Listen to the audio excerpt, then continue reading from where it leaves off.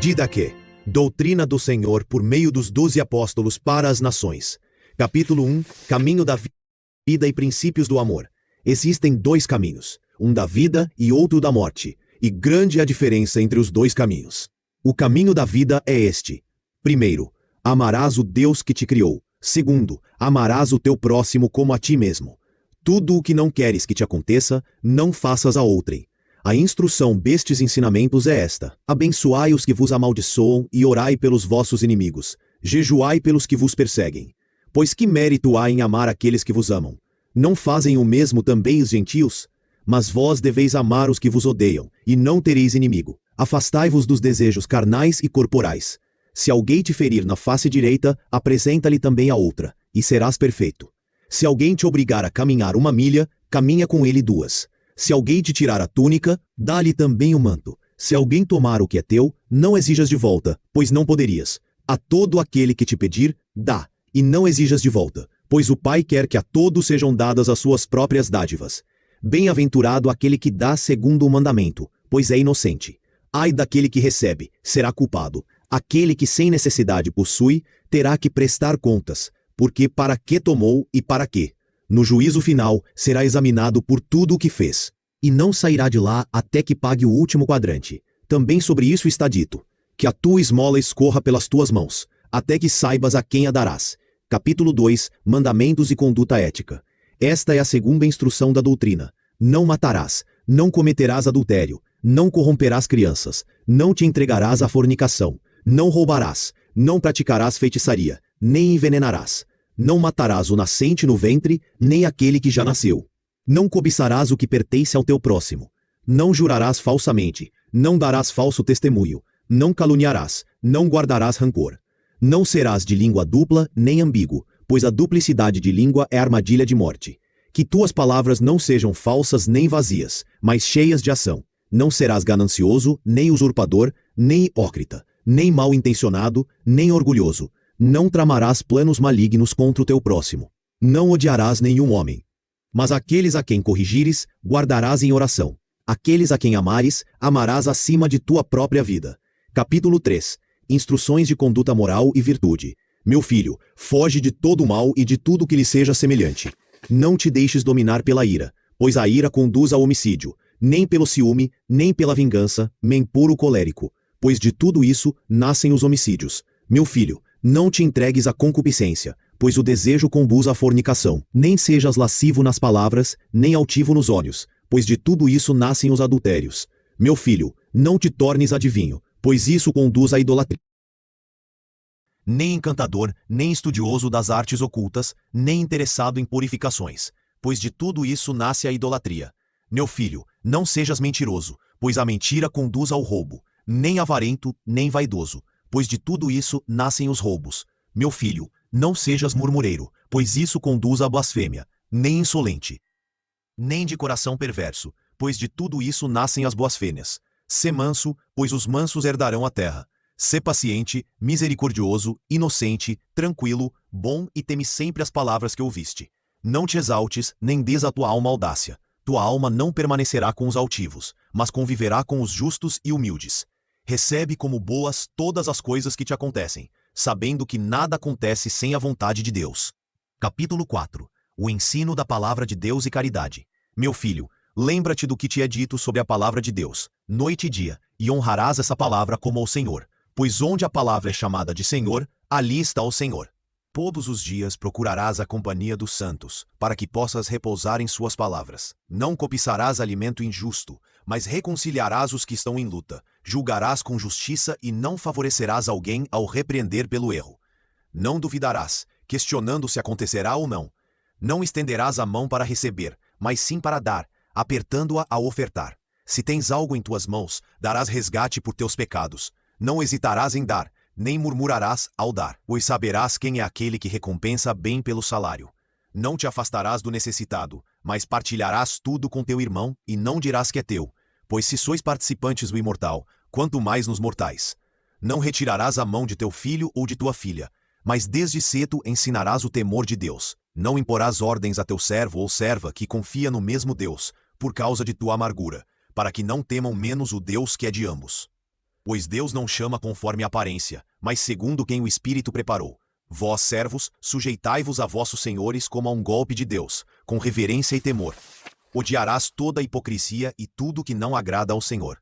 Não abandonarás os mandamentos do Senhor, mas guardarás o que recebeste, nem acrescentando nem retirando. Na assembleia confessarás teus pecados, e não te aproximarás da oração com consciência maligna. Este é o caminho da vida. Capítulo 5. O caminho da morte e os pecados a evitar. E este é o caminho da morte. Antes de tudo, está cheio de maldade e de maldições, homicídios, adultérios, concupiscências, lascívia, roubos, idolatrias, feitiçarias, venenos, usurpações, falso testemunho, hipocrisia, duplicidade de coração, fraude, orgulho, maldade, insolência, ganância, palavras impuras, ciúme, audácia, arrogância, presunção. Perseguem o bem, odeiam a verdade, amam a mentira. Não conhecem a recompensa da justiça, não se apegam ao bem, nem procuram a justiça. Não seguem o caminho do bem, mas sim o do mal. Entre eles, a mansidão e a paciência são ignoradas. Amando em vão, perseguem recompensa. Não têm compaixão do pobre, nem cuidam do que sofre. Não conhecem o Criador, matam crianças, destroem a obra de Deus, desviam-se do necessitado, oprimem os aflitos, favorecem os ricos, são juízes injustos para os pobres, e cometem toda sorte de pecado. Livrai-vos, filhos, de todas essas coisas. Capítulo 6. Advertências contra engano e idolatria. Vê, para que ninguém te engane e te desvie deste caminho da doutrina.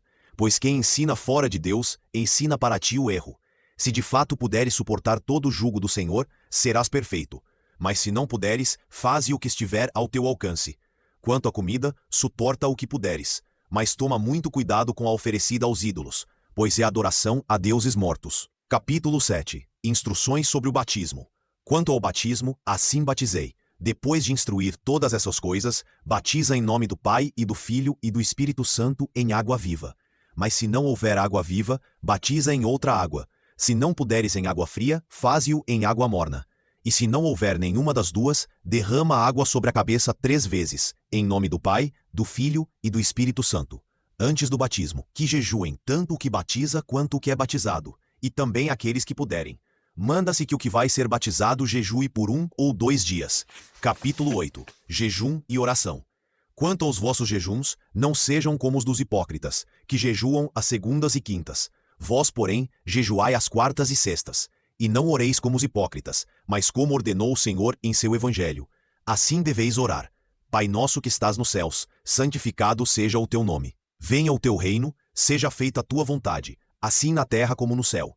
Dá-nos hoje o pão necessário, e assim como nós perdoamos aos nossos devedores, não nos deixes cair em tentação, mas livra-nos do mal, pois teu é o poder e a glória para sempre. Orai assim 3 vezes por dia. Capítulo 9. Sobre a Eucaristia. Quanto à ação de graças, Eucaristia, assim agradecei. Primeiro, sobre o cálice. Agradecemos a ti, nosso Pai, pela santa videira de Davi, teu servo. A ti seja a glória para sempre. E sobre o pão partido. Agradecemos a ti, nosso Pai, pela vida e pelo conhecimento que nos manifestaste por meio de Jesus, teu Filho. A ti seja a glória para sempre. Assim como este pão partido, que estava disperso sobre os montes, e se reuniu tornando-se um. Assim seja reunida a tua igreja desde os confins da terra para o teu reino. Pois teu é o poder e a glória por meio de Jesus, para sempre. Ninguém coma ou beba da vossa ação de graças, exceto os que foram batizados em nome do Senhor. Pois sobre isso mesmo disse o Senhor: não deis o santo aos cães. Capítulo 10. Ação de graças após a partilha e unidade da igreja. Depois de se encher com a ação de graças, assim agradecei. Agradecemos a ti, Pai Santo, pelo teu santo nome que habitaste em nossos corações, e pela sabedoria e fé e imortalidade que nos deste por meio de Jesus, teu Filho. A ti seja a glória para sempre. Tu, Senhor Todo-Poderoso, criaste todas as coisas por causa do teu nome, e deste alimento e bebida aos homens para deleite, para que te agradeçam. E a nós concedeste alimento e bebida espiritual e vida eterna por meio de teu Filho. Antes de tudo, agradecemos a ti, porque és poderoso. A ti seja a glória para sempre. Lembra-te, Senhor, da tua igreja, para livrá-la em teu amor, e reúne-a dos 4 ventos, a santificada para o teu reino, que preparaste para ela. Pois teu é o poder e a glória para sempre. Venha a graça e passe este mundo. Hosana a Deus de Davi. Se alguém é santo, venha. Se alguém não é, arrependa-se. Maranatá. Amém. Quanto aos profetas, permiti que deem graças, segundo o que desejarem. Capítulo 11. Discernimento de mestres. Apóstolos e profetas. Portanto, qualquer que vier e vos ensinar todas estas coisas que foram ditas, recebei-o. Mas se o próprio que ensina se desviar e ensinar outro ensinamento para dissolver, não o ouçais. Mas para acrescentar justiça e conhecimento do Senhor, recebei-o como Senhor. Quanto aos apóstolos e profetas, procedeis segundo o costume do Evangelho. Todo apóstolo que vier a vós, recebei-o como Senhor.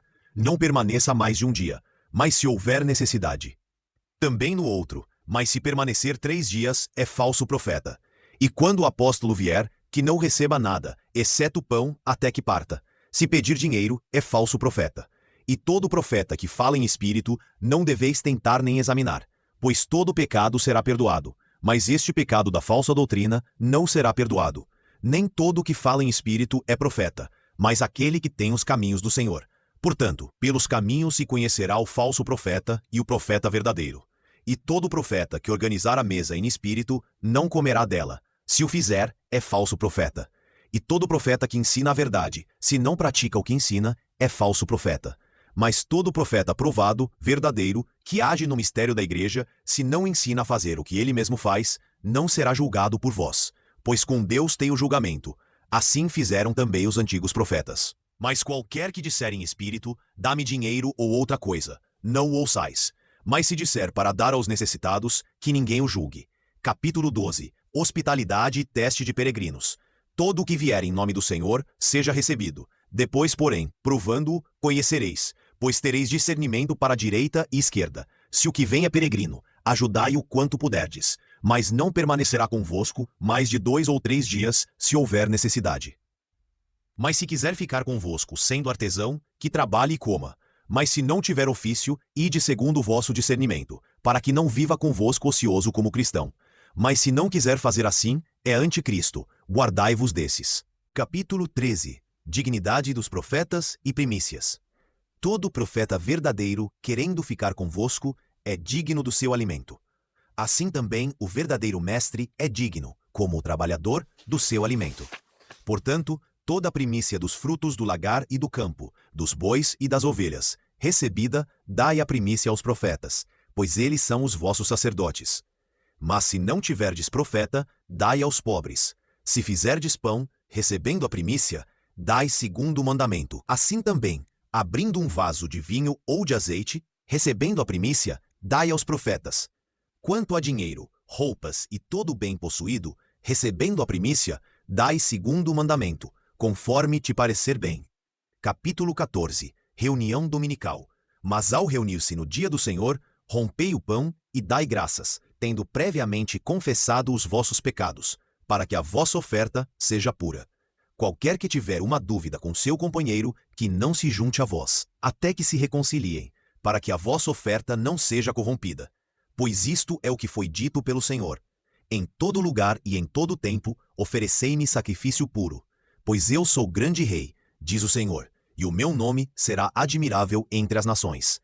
Capítulo 15. Escolha de bispos e diáconos e correção mútua. Portanto, escolhestes para vós mesmos bispos e diáconos dignos do Senhor, homens mansos, não avarentos, verdadeiros e provados, pois eles servem a vós, e eles mesmos cumprem o serviço dos profetas e dos mestres. Não os desprezeis, pois eles são os honrados entre vós, junto com os profetas e mestres. E repreendei uns aos outros, não em ira, mas em paz, conforme tendes no Evangelho. E a qualquer que erre contra outro, ninguém fale com ele ou ouça dentre vós, até que se arrependa. E as vossas orações, esmolas e todas as vossas obras, fazei assim, conforme tendes no Evangelho do nosso Senhor.